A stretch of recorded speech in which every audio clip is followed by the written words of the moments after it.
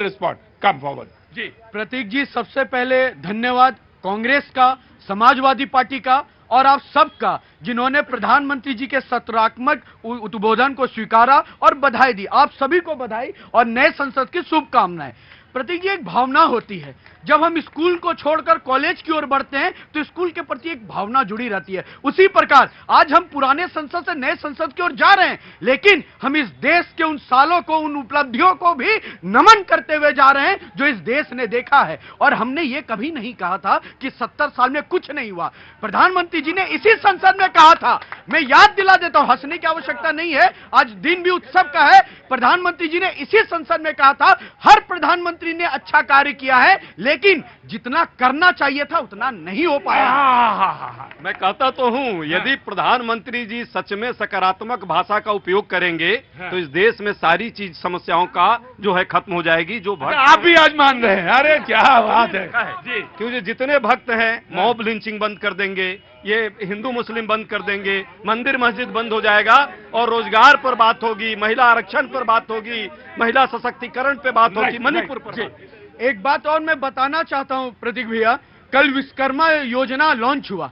हम मोची के पास जाते हैं, वो हमारे जूते को चमकाते हैं, उनके चेहरे को चमकाने का काम मोदी जी ने किया। आप नाई के पास जाते हैं, आपके बाल काटकर आपको सुंदर बनाते हैं, उनके जीवन को सुंदर बनाने का काम मोदी जी ने किया। हम धोबी के पास जाते हैं, हमारे गंदे कपड़े को साफ करते हैं, उनके जीवन को साफ करने का काम नरेंद्र मोदी जी की सरकार ने किया। हम दर्जी के पास जाते हैं, नए कपड़े सिलवाते हैं, उनके जीवन को सीने का काम, विकास से जोड़ने का काम मोदी जी की सरकार ने किया। देखिए, मेरे भाजपा के मित्र बड़े अच्छे सम्मान करता हूं, आज इनको डांट पड़ने वाली इनकी पार्टी से। इन्होंने स्वीकार कर लिया कि हमारे देश के पहले प्रधानमंत्रियों ने भी अपना काम किया। आज तक ये कहते थे हर काम के लिए नेहरू जिम्मेदार, हर काम के लिए कांग्रेस जिम्मेदार, हर काम के लिए दूसरी पार्टी जिम्मेदार, आज इन्होंने मान लिया। दूसरी बात, मैं प्रधानमंत्री जी के सम्मान कर रहे हैं, मिठाई खिलाने मैं जाऊंगा, मेरे नेता जाएंगे। अगर प्रधानमंत्री जी मुझे मौका दें, युवाओं को रोजगार दें, महंगाई कम करें, देखिए अर्थव्यवस्था को मजबूत करें, मैं जाऊंगा। प्रधानमंत्री जी महिलाओं की बात तो करें। पहला एक बात बताओ, दिल्ली में किसकी सरकार है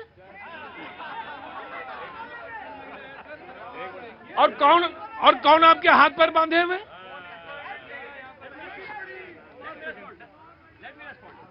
आपने अच्छी बात करी, मैं दिल्ली के काम आपको गिनवाने के लिए तैयार हूं। आपने महिलाओं की बात करी। ना मैं ज्यादा बोलता हूं। मैंने कहा कि कौन हाथ पर बांधे हुए? रुको, आ रहा हूं। ज्यादा बोलना ठीक बात नहीं। जी अमित जी। सर, आज मुझे आश्चर्य लगा, ये कह रहे हैं मोदी जी पे। खड़गे जी ने राहुल गांधी जी को एक्सपोज कर दिया। खड़गे जी ने कहा कि हमारी वजह से लोकतंत्र टिका हुआ है, मतलब लोकतंत्र है। फिर राहुल गांधी जी विदेश में कैसे कह रहे थे लोकतंत्र खत्म हो गया, तो आप खड़गे जी ने राहुल गांधी को एक्सपोज कर दिया। दूसरी बात, आज मोदी जी ने नहीं कहा है कि पुराने प्रधानमंत्रियों ने किया है। अरे पहली बार आपने तो जमीन पे कब्जा करके नेहरू म्यूजियम बनाया था। पहली बार मोदी जी ने वहां सारे प्रधानमंत्रियों ने क्या क्या जोड़ा है उसका संग्रहालय बनाया, ताकि देश की जनता देख सके। और आम आदमी पार्टी वाले और समाजवादी पार्टी वाले कह रहे हैं महिला आरक्षण। अच्छा राघवेंद्र जी, एक बात बताइए, किस नेता ने कहा था कि महिलाएं सांसद बन जाएंगी तो लोग सीटी मारेंगे? याद दिलाऊं, किसने कहा था?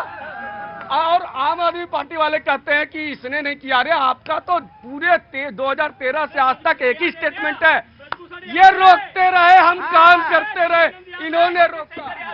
इन्होंने नाम गिनवाए, महिला सुरक्षा की बात करी, ब्रजभूषण को भूल गए, कुलदीप सेंगर को भूल गए, चिन्मयानंद को भूल गए। जो बलात्कारी आता है भारतीय जनता पार्टी को सम्मान क्यों?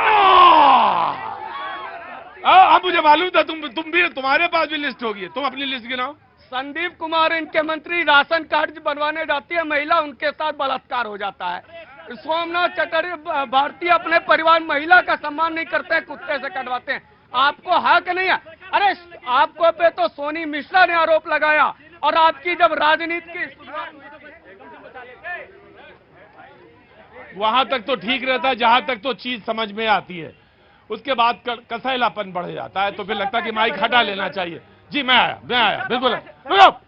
हाँ सर, मैं दोपहर में आपसे वहाँ पे संसद भवन के सामने मिला था, रेलवे। हाँ अच्छा, हाँ, रेलवे भर्ती परीक्षा 2019। अरे रुको भाई जी।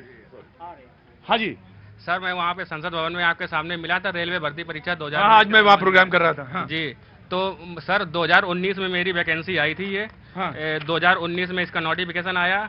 2022 में आंदोलन के बाद में जब बहुत आंदोलन किया तब इसकी परीक्षा संपन्न हुई, अक्टूबर तक इसकी परीक्षा संपन्न हुई। अक्टूबर के बाद में दिसंबर में इन्होंने रिटर्न एग्जाम का रिजल्ट दिया, रिटर्न एग्जाम के बाद में फिजिकल करा लिया, मेडिकल करा लिया, सब कुछ करा लिया। इन्होंने मुझे डिवीजन अलॉट कर दिया सर 8 मई को, और प्रधानमंत्री जी ने मुझे सिलेक्शन हो गया। हाँ, ये रोजगार मेले के माध्यम से आप देख सकते हैं, रोजगार मेले दिखाओ तो मेरी आंखें काफी हैं। जी देखिए 16/5/2023। अरे भाई तुम बोलो ना, सिलेक्शन हो गया। हाँ, हो तो गया। दिक्कत क्या है? ज्वाइनिंग ही नहीं भेज रहे हैं। आरटीआई का रिप्लाई देखिए। अरे भाई हाँ, आरटीआई का रिप्लाई देखिए ये सर। अरे बोलिए ना। आरटीआई में कह रहा नो वैकेंसी। तो फिर सिलेक्शन कैसे हुआ? वही तो सर देखिए, इसमें ये देखिए 18/4/2022 को यहाँ पे 3 कब ये निकली, कब थी पोस्ट? सर 2019 में सर। शादी हो गई? अभी नहीं सर। यहाँ पे भूखा पेट है और भैया जी को मजाक सूझ रही है कि शादी हो गई। मैंने तो यूं ही पूछा था कि लोग अगर 2019 में चले होते तो। मैं समझ गया भैया, तुम्हारी पीड़ा समझ गया। जब मैं समझ गया तुम्हारा सिलेक्शन हुआ 25 या 30 में हम आपको कह रहे 25 या 30 तक हम आपको ज्वाइनिंग दे पाएंगे सर। ये देखिए सर, ये तो मेरा तो एक सुझाव है, आपको कोर्ट जाना चाहिए। सर कोर्ट में यूपी सरकार की तरह कोर्ट में वैकेंसी फंस जाती 10-10 साल सर, ऐसा चलता। हम तो बूढ़े हो जाएंगे तो कोर्ट लड़ते लड़ते सर। तो फिर बताओ क्या किया जाए, बताओ भाई। हम यही चाहते हैं।